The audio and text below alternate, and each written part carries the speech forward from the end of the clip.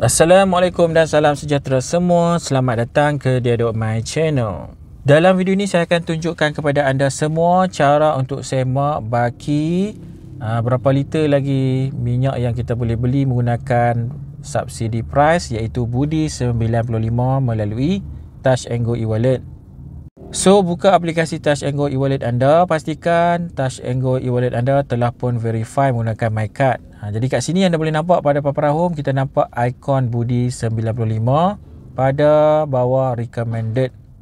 Selain pada recommended, sebenarnya kita boleh cari ikon Budi 95 tu pada menu more. Kalau kat depan tu tak nampak, anda tekan more, anda boleh nampak di bahagian feature di atas ada ikon Budi 95. Jadi tekan kat situ.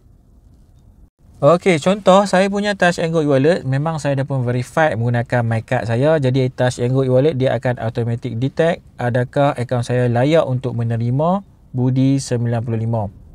Jadi untuk rakyat Malaysia yang ada lesen sahaja, layak untuk menerima Budi 95. Jadi kalau lesen anda tamat tempoh, anda tak renew, memang anda tak akan dapat Budi 95 ni. Jadi saya punya akaun memang layak. Anda tengok kat atas tu dia tulis you are eligible for Budi 95. Dan baki balance, ini dia kira setiap bulan. Jadi saya buat video ni pada bulan Oktober, 1 hari bulan Oktober. Hari ini dia reset semula akaun Budi ni. So maksimum yang saya boleh beli dengan harga subsidi ialah 300 liter. Jadi saya dah isi RM30 tadi. Jadi anda boleh nampak baki tinggal 284.925 liters. Okey, jadi tinggal 94% left. Saya beli tadi RM30 minyak. Dan kalau anda tengok kat bawah tu, remaining value RM 173.80.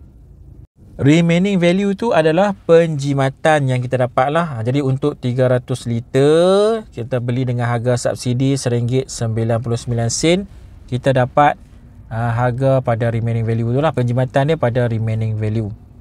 Bermaksud kalau kita beli sehingga 300 liter, satu bulan tu habis 300 liter, kita akan dapat remaining value tu akan jadi kosong. Okay, dia akan semakin turun bila kita isi, kita beli minyak pada harga subsidi.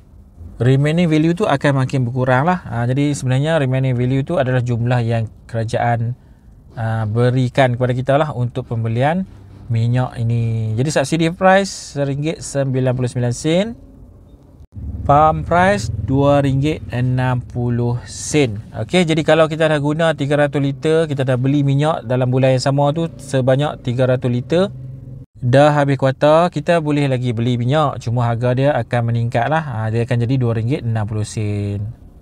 Alright, itulah dia cara macam mana kita nak semak baki berapa liter lagi yang kita layak beli untuk Budi 95 melalui Touch 'n Go e-wallet. So sekian saja untuk video kali ini.